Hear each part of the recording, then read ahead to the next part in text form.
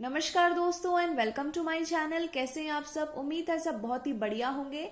तो हम यहाँ पे प्रीवियस ईयर क्वेश्चन स्टार्ट करते हैं अपने। तो यहाँ पे मैं आपके लिए एक प्रीवियस ईयर क्वेश्चन पेपर लेके आई हूँ जिसके अंदर आज हम डिस्कस करेंगे उसकी सीडीपी। आपको पता ही होगा 30 नंबर की यहाँ पे आपकी सीडीपी आती है। तो यहाँ पे 30 क्वेश्चन हम डिस्कस करने वाले हैं। सबसे पहले आप खुद ट्राई करना पॉज करके वीडियो को, नहीं आएगा तो उसके एक्सप्लेनेशन के साथ देख लेना। उसके बाद आप मुझे कमेंट में जरूर बताना आपके कितने नंबर बने 30 आउट ऑफ। ठीक है, तो सबसे फर्स्ट क्वेश्चन देखते हैं। द पेस यानी the speed of child development, जो बच्चे की डेवलपमेंट होती है वो किस तरीके की होती है। अब आप पॉज कर लेना, मैं डायरेक्टली आपको यहाँ बताती रहूंगी। जैसे ही आप क्वेश्चन देखोगे उसको पॉज कर लेना और उसके बाद उसके एक्सप्लेनेशन जरूर सुनना कि आपने सही तरीके से सोच के अपने आंसर को सिलेक्ट किया या नहीं किया है। ठीक है, तो देखो यहाँ पे पूछा है चाइल्ड जो डेवलपमेंट होती है यानी जो उसका विकास होता है उसकी स्पीड कैसी होती है। इस यूनिफॉर्म, हमें पता है सब इंडिविजुअल होते हैं तो कभी भी स्टैंडर्ड, कभी भी यूनिफॉर्म नहीं हो सकती। तो फर्स्ट ऑप्शन तो अपना गलत हो गया। हैज इंडिविजुअल वेरिएशन, सब अलग अलग होते हैं इन डिसऑर्डरली। कहीं ना कहीं आपको थोड़ी सी सही लग रही होगी तो इसको लगा लो डॉट। ठीक है, इस यूनिफॉर्म नहीं होती, स्टैंडर्ड नहीं होती, तो ये गलत हो गया। ठीक है, डायरेक्टली गलत हो गया। हैज इंडिविजुअल वेरिएशन भी है and in somewhat sequential and orderly.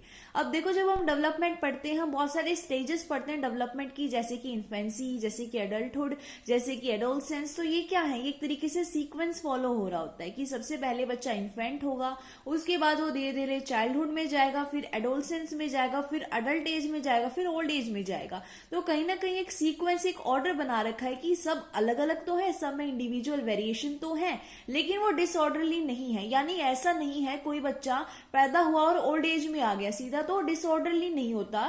यानी बी ऑप्शन गलत है। तो करेक्ट ऑप्शन इसका डी आएगा कि इंडिविजुअल वेरिएशन भी होते हैं और कहीं ना कहीं हम कह सकते हैं ऑर्डर भी फॉलो होता है, तो वो सीक्वेंशियल है। ठीक है, नेक्स्ट क्वेश्चन पे चलते हैं अब।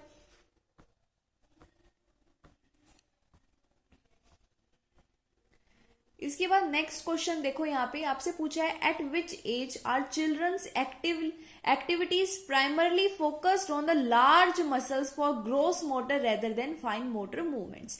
आपसे पूछा है कि बच्चे की कौन सी एज में जो बच्चा है उसकी मेन जो एक्टिविटीज यानी मेन जो प्राइमरी एक्टिविटीज हैं वो ज्यादा फोकस होती है लार्ज मसल से। यानी बच्चा ज्यादा एक्टिविटीज लार्ज मसल्स की हेल्प से करता है, यानी ग्रोस मोटर स्किल्स दिखाता है जो से हैंड से और लेग से की जाती है, ना कि वो अपनी फाइन मोटर मूवमेंट्स दिखाता है। तो ये किस एज में देखा जाता है बच्चे की, यानी मेन जो फोकस है वो ग्रॉस मोटर स्किल्स पे होगा, बड़ी मसल्स का वो यूज करेगा।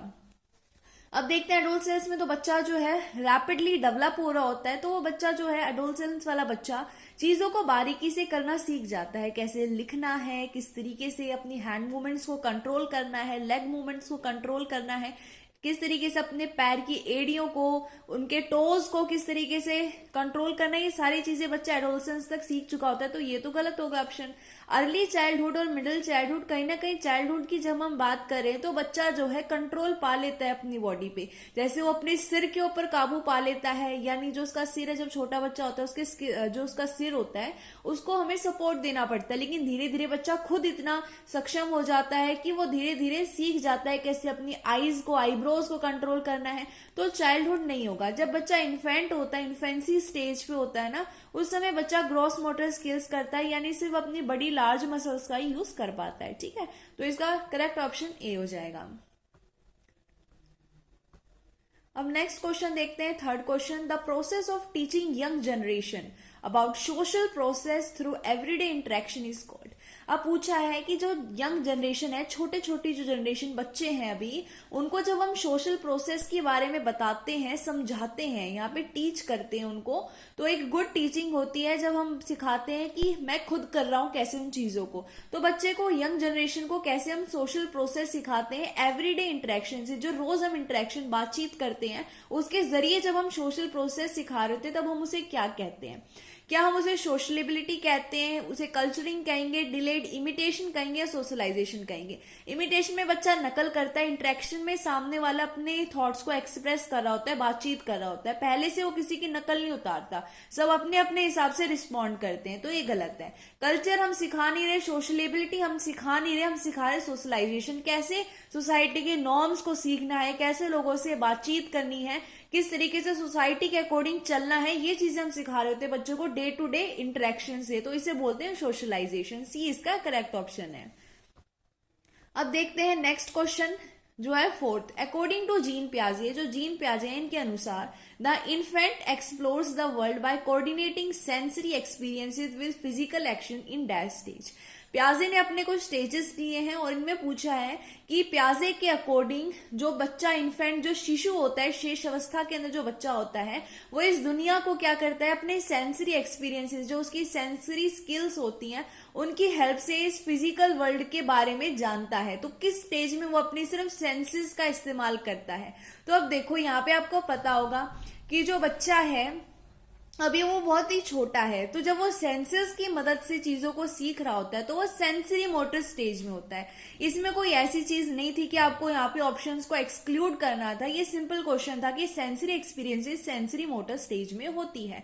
अगर आपने जीन पियाजे की स्टेजेस पता है तो ये इजीली आप इस क्वेश्चन को कर सकते हैं। और मैं बता देती हूँ, जीन पियाजे हो गया, विगोट्स्की हो गई, नोम चॉम्स्की हो गई, इनसे काफी बार क्वेश्चंस आते हैं। जो हॉवर्ड गार्डनर की मल्टी यहाँ पे स्किल्स आती हैं, वहां से भी आती हैं क्वेश्चन। तो ये जो चीजें हैं आपको डायरेक्टली पता होनी चाहिए। अब नेक्स्ट क्वेश्चन देखते हैं, फिफ्थ क्वेश्चन। देखो फिर से जीन पियाजे का क्वेश्चन आ गया। In Jean Piaget's theory a child who perceives a car to be alive because it moves is demonstrating. ये बोल रहे हैं जो जीन पियाजे की थ्योरी है उनके अनुसार अगर कोई बच्चा कार को जिंदा इसीलिए मानता है क्योंकि कार चलती है, तो वो क्या दर्शाता है? क्या जो बच्चा है वो सीरीज के अंदर चीजों को लगा रहा है, तो ये ऑप्शन हट गया। क्या वो सेंट्राइजेशन है, कहीं ना कहीं वो ईगो सेंट्रिक है, तो ये चीज यहाँ पे नहीं दर्शाती है। क्या वो इरिवर्सिबिलिटी है, यानी क्या वो चीजों को कोरिलेट कर पा रहा है। जैसे अगर हमने बोला कि जो ए है उसके बाद बी आता है, तो क्या ए बी से पहले आता है, ऐसी चीजों को बोलते हैं इरिवर्सिबिलिटी, यानी चीजों को उल्टा करके देखना। तो ये बच्चा यहाँ पे नहीं बोल रहा है, बच्चा बोल रहा है एनिमिस्टिक थिंकिंग, यानी नॉन लिविंग थिंग को वो लिविंग थिंग समझ रहा है क्योंकि उसकी कुछ कैरेक्टरिस्टिक्स हैं। जैसे वो अपने टॉयज को लिविंग समझेगा क्योंकि अभी उसमें इतनी अकल नहीं है, वो हर चीज को क्या कर रहा है, जो चीज वो हिला रहा है, मूव कर रहा है, चीजों से खेल रहा है, वो सारी चीजें उसके लिए क्या है, उसके लिए वो लिविंग थिंग है। जैसे वो अपने टॉयज को हिलाएगा, जैसे कार है उसको हिलाएगा, वो इधर उधर खेलेगा उसके साथ, तो उसके लिए वो एक लिविंग चीज बन जाती है। तो जो चीजें मूव कर रही है वो उसको लिविंग परसीव करता है, ये दर्शाती है एनिमिस्टिक थिंकिंग को। तो ए इसका करेक्ट ऑप्शन है। अब नेक्स्ट देखते हैं कोलबर्ग्स की। तो इनकी मॉरल थ्योरी आपको पता होनी चाहिए भाई, बहुत इंपॉर्टेंट है। According to Kohlberg the last stage, जो लास्ट स्टेज होता है इनका, morality of individual principle and conscience. तो जो कॉन्शियंस है आपके, इनको वैसे इसको कॉन्साइंस नहीं, इसको कॉन्शियंस पढ़ते हैं, इसका करेक्ट प्रोनाउंसिएशन होता है कॉन्शियंस। तो morality of individual principles and conscience of moral development is characterized by the individual. यानी इस वाले जो आपका स्टेज है, इसमें जो बच्चे हैं उनका किस तरीके से यहाँ पे कैरेक्टरिस्टिक्स होते हैं। तो अगर आपने कोलबर्ग की थ्योरी पढ़ी है तो ये भी आप डायरेक्टली जैसे जीन पियाजे का क्वेश्चन है वैसे कर सकते हैं। ए ऑप्शन में दिया है seeing rules as fixed and absolute. क्या चीजों को सिर्फ फिक्स्ड समझते हैं, या वो ये चाहेंगे कि दूसरे लोग भी मुझे रिस्पेक्ट करें, या feeling that it is their duty to uphold laws and rules for their own sake. यानी बच्चों ऐसे समझते हैं कि जो लॉज हैं, जितने भी रूल बनाए गए हैं, उन्हीं की अच्छाई के लिए और उनको बस उनको फॉलो करना है, वो अपना दिमाग नहीं लगाएंगे। या फिर लास्ट ऑप्शन दिया believing that individual must test the social laws rather than follow them blindly. या बच्चों को ऐसा लगता है कि हमेशा हमें मतलब ब्लाइंडली चीजों को फॉलो नहीं करना है, हमें चेक भी करते रहना है क्या चीज सही है और क्या चीज गलत है। तो आपको पता होगा कि ये वाला जो स्टेज होता है इसमें बच्चा यही सोचता है कि क्या चीज करेक्ट है और क्या चीज हमें टाइम के साथ चेंज कर लेनी चाहिए। तो इसका डी करेक्ट ऑप्शन हो जाएगा। ठीक है। एज पर लेव विगोट्स्की, देखो विगोट्स्की का भी क्वेश्चन आ गया। When a teacher just the support offered to a child to help the child reach her zone of proximal development she is using. देखो विगोट्स्की ने डायरेक्टली हमें ZPD टर्म दी है जिसको हम बोलते हैं जोन ऑफ प्रोक्सिमल डेवलपमेंट। ये एक ऐसी जोन होती है जिसमें बच्चा अपनी पोटेंशियल को इंक्रीज कर सकता है अगर उसे कोई सपोर्ट दे, चाहे वो टीचर हो या उसका कोई और फ्रेंड या क्लासमेट हो जिसकी एबिलिटी उससे ज्यादा है। तो इस चीज को विगोट्स्की ने स्कालफोल्डिंग का नाम दिया है, जिसका मतलब होता है कि बच्चे को एक ऐसा सपोर्ट देते रहना टाइम टू टाइम जिससे कि बच्चा अपने प्रोक्सिमल डेवलपमेंट यानी अपने पोटेंशियल को धीरे धीरे पकड़ सके, उसको वहां पे जाके हासिल कर सके। ठीक है। तो ये हमारे पास क्या हो गया, ए इसका करेक्ट ऑप्शन हो गया। अगर डायरेक्टली पूछ ले who coined the term ZPD zone of proximal development तो भी लिव विगोट्स्की आएगा इसका, ठीक है, विगोट्स्की ने ये टर्म दी है। अब नेक्स्ट क्वेश्चन पे चलते हैं। 8th क्वेश्चन भी देखो विगोट्स्की का ही है। लिव विगोट्स्की प्रपोज दैट डेवलपमेंट क्या है, इनके अकॉर्डिंग डेवलपमेंट क्या है। तो देखो ये लर्निंग के बारे में इन्होंने जिक्र नहीं किया था, तो फर्स्ट ऑप्शन हम यहां से हटा देंगे। अकर्स इंडिपेंडेंट ऑफ लर्निंग, कभी भी कोई ये नहीं बोलेगा कि डेवलपमेंट और लर्निंग अलग अलग होती है, क्योंकि दोनों इंटरलिंक्ड है, तो ये ऑप्शन गलत है। और इन्होंने बोला is not impacted by cultural factor, क्या इन्होंने ऐसा बोला है? बिल्कुल नहीं बोला है, बल्कि इन्होंने तो ये कहा है जो सोशल और कल्चरल कॉन्टेक्स्ट होते हैं इससे हम डेवलपमेंट को सेपरेट नहीं कर सकते हैं। यानी इनका ये कहना था कि हम जितने ज्यादा सोशल होंगे, जितनी ज्यादा सोसाइटी में घुल मिल के रहेंगे, उतनी ज्यादा हमारी डेवलपमेंट होगी। तो विगोट्स्की ने डायरेक्टली अगर आपसे पूछ लिया जाए सोशल या कल्चरल यहाँ पे कॉन्टेक्स्ट में किसने डेवलपमेंट के साथ रिलेशन बताया, तो वो विगोट्स्की ने ही बताया है, ठीक है। नेक्स्ट क्वेश्चन पे चलते हैं।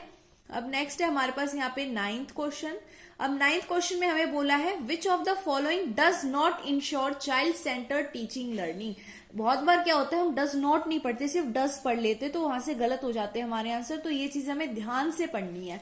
तो हमसे पूछा है कि नीचे कौन से ऑप्शन में चाइल्ड सेंटर्ड टीचिंग लर्निंग नहीं हो रही है, यानी जो बच्चे हैं उनको मेन फोकस पे रख के टीचिंग नहीं की जा रही है। Safe and secure child friendly school environment, अगर चाइल्ड फ्रेंडली है तो यहाँ पे नॉट तो आएगा नहीं, यहाँ तो बच्चा सेफ भी है, सिक्योर भी है, चाइल्ड फ्रेंडली भी स्कूल इन्वायरमेंट है, तो ये ऑप्शन यहाँ से हम एलिमिनेट कर देंगे। फियर फ्री है, यानी बच्चे को कोई डर नहीं है, जहां पे बच्चा इजीली अपने आप को एक्सप्रेस कर पा रहा है, तो ये ऑप्शन भी गलत है। प्रैक्टिस ऑफ पॉजिटिव डिसिप्लिन है, तो ये ऑप्शन भी गलत है। तो यहाँ पे इनमें से जो चाइल्ड सेंटर्ड टीचिंग लर्निंग नहीं है वो करेक्ट ऑप्शन डी होगा। इसमें बच्चे को सिर्फ पैसिव रिसेप्टेंट लिया है, यानी बच्चा सिर्फ और सिर्फ बैठ के चुपचाप टीचर जो भी बोलेगा उस चीज को विदाउट एनी क्वेश्चन एक्सेप्ट करता जाएगा। तो यहाँ पे ये किस चीज के बारे में बात कर रहा है, ये बात कर रहा है यहाँ पे रोट मेमोराइजेशन की, तो ये यहाँ पे करेक्ट ऑप्शन हो जाएगा कि ये इंश्योर नहीं करता चाइल्ड सेंटर्ड टीचिंग लर्निंग, ठीक है। नेक्स्ट क्वेश्चन देखते हैं। Individuals have high dash are typically good at reading, writing and telling stories. जिनके पास ये इंटेलिजेंस होगी वो रीडिंग, राइटिंग और टेलिंग स्टोरीज में बहुत ही बढ़िया होंगे। बता दूं तो ये आपके गार्डनर जो हॉवर्ड गार्डनर हैं उनकी मल्टीपल इंटेलिजेंस थ्योरी का क्वेश्चन है। मैंने अभी आपको बताया था कि ये इंपॉर्टेंट है, ये भी आपको पढ़नी है। जैसे विगोट्स्की, जीन पियाजे, हॉवर्ड गार्डनर, नॉम चॉम्स्की, ये इंपॉर्टेंट है, इनमें से क्वेश्चन आते ही आते हैं, ठीक है। तो इन्होंने बोला लोजियो मैथमेटिक इंटेलिजेंट, जो मैथमेटिकली इंटेलिजेंट होगा वो बहुत ही अच्छे से क्रिटिकल थिंकिंग रखेगा, लॉजिकल आंसर देगा, रीजनिंग उसकी गुड होगी। लेकिन यार रीडिंग, राइटिंग और टेलिंग स्टोरीज की बात की गई, ये गलत हो जाएगा। इंटरपर्सनल का मतलब होता है दूसरों से अच्छा एक कम्युनिकेशन डेवलप करना, यहाँ पे इसकी बात नहीं की गई, क्योंकि यहाँ राइटिंग की भी बात है और रीडिंग की भी बात है। तो म्यूजिकल इंटेलिजेंस यहाँ पे नहीं होगा, म्यूजिक की बात नहीं की है। देखो यहाँ इंटरपर्सनल अगर कोई सोच रहा हो कि रीडिंग करके कम्युनिकेट कर सकते हैं, स्टोरीज बता के कम्युनिकेशन कर सकते हैं, राइटिंग करके कर सकते हैं, लेकिन राइटिंग और रीडिंग हम सिर्फ और सिर्फ औरों के लिए नहीं करते, खुद के लिए भी करते हैं। इसलिए यहाँ पे इंट्रा आ जाएगा, तो इंटरपर्सनल हम नहीं कह सकते। इसका करेक्ट ऑप्शन है लिंग्विस्टिक इंटेलिजेंस, यानी जिस इंसान के अंदर लैंग्वेज से रिलेटेड बहुत ही अच्छी पकड़ है, वो बहुत ही अच्छे से समझ रखता है, वो अच्छे से रीडिंग करेगा, राइटिंग करेगा, टेलिंग स्टोरीज करेगा, ठीक है। तो इसका करेक्ट ऑप्शन हो गया है बी। अब नेक्स्ट 11th क्वेश्चन देखते हैं। Dash proposes that language has a significant impact on the cognitive development of the children. अब किसने ये चीज कही थी कि जो लैंग्वेज है उसका बहुत ही ज्यादा इंपॉर्टेंट एक रोल होता है कॉग्निटिव डेवलपमेंट पे। तो आपको बता दूं तो जो लैंग्वेज और जो कॉग्निटिव डेवलपमेंट है दोनों ही अलग अलग नहीं किए जा सकते हैं। तो लैंग्वेज और कॉग्निटिव डेवलपमेंट की अगर हम बात करें तो ये चीज किसने कही, आप बताओ। एक तो हमारे पास आते हैं विगोट्स्की ने हमें सोशल और कल्चरल कॉन्टेक्स्ट के बारे में बताया है, जेडपीडी के बारे में बताया है। स्किनर ने हमें क्या बताया है, स्किनर ने हमें इमिटेशन के बारे में बताया है कि जो बच्चा होता है वो चीजों को इमिटेट करता है, यानी चीजों की नकल उतारता है। तो यहां से तो हम कह नहीं सकते, तो इसका बी ऑप्शन तो आप डायरेक्टली एलिमिनेट कर सकते हो। हॉवर्ड गार्डनर ने बात की है इंटेलिजेंस की, तो ये जो ऑप्शन है वो भी क्या हो जाएगा, हमारा गलत हो जाएगा। अब बचते हैं जीन पियाजे और विगोट्स्की। तो आपको एक चीज बताती हूं, तो जो पियाजे हैं इन्होंने तो ये चीज कही है कि जो थॉट है यानी जो कोग्निटिव स्किल्स हैं वो आपकी डिपेंड करती है लैंग्वेज पे, यानी पहले थॉट आएगा और बाद में आपको लैंग्वेज यहाँ पे कह सकते हो।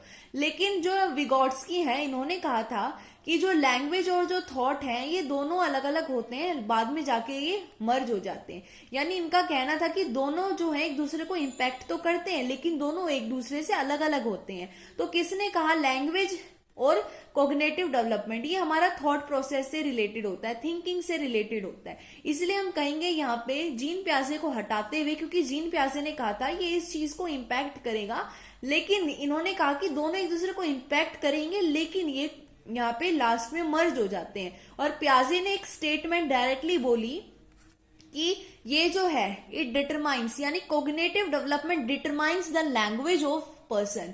तो इन्होंने यहाँ पे सीधा एक वर्ड का इस्तेमाल किया था डिटरमाइन। तो डिटरमाइन यहाँ पे वर्ड नहीं पूछा गया, ये गलत हो जाएगा। अगर आपसे ये क्वेश्चन में पूछा गया कि इन्होंने कहा कि थॉट प्रोसेस डिटरमाइन करता है लैंग्वेज को, तब आप प्याजे कह सकते हैं। लेकिन किसने कहा कि लैंग्वेज और जो थॉट है इनका एक दूसरे पे इम्पैक्ट होता है, वो हम फिर यहाँ पे विगोट्स्की चूज करेंगे। ठीक है, इसलिए फर्स्ट ऑप्शन इसका करेक्ट है।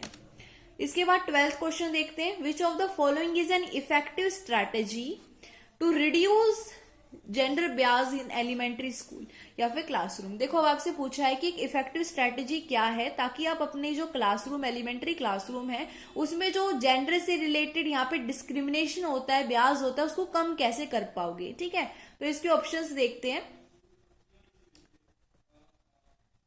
यहाँ पे देखो, the teacher should ignore and dismiss gender related issues. अगर टीचर इग्नोर ही कर देगा तो रिड्यूस तो होगा ही नहीं, फर्स्ट ऑप्शन गलत हो गया। सेकंड में देखो क्या पूछा है, the teacher should assign equal opportunities to children various activity which take place inside the classroom.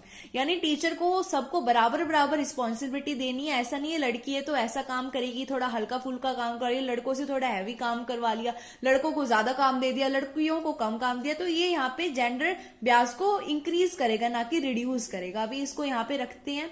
उसके बाद teacher should give physical task. अगर बच्चे को, बॉयज को अगर वो फिजिकल टास्क दे रही है, अरेंज करना है डेस्क को, और सॉफ्ट टास्क दे रहे गर्ल्स को कि तुम्हें डेकोरेट करना है बुलेटिन, तो ये तो यहाँ पे हम डिस्क्रिमिनेशन कर रहे हैं बच्चों के बीच में, तो ये गलत ऑप्शन है। ठीक है, इसके बाद देखते हैं डी ऑप्शन में बोला था teacher should not have much expectations from girls in science and mathematics. कि टीचर को बोलना है गर्ल्स और जो बॉयज, मतलब बॉयज से ज्यादा एक्सपेक्टेशन रखनी है और गर्ल्स से साइंस और मैथ से रिलेटेड एक्सपेक्टेशन इतनी रखनी नहीं है। तो ये भी यहाँ पे गर्ल्स के प्रति डिस्क्रिमिनेशन हो गया।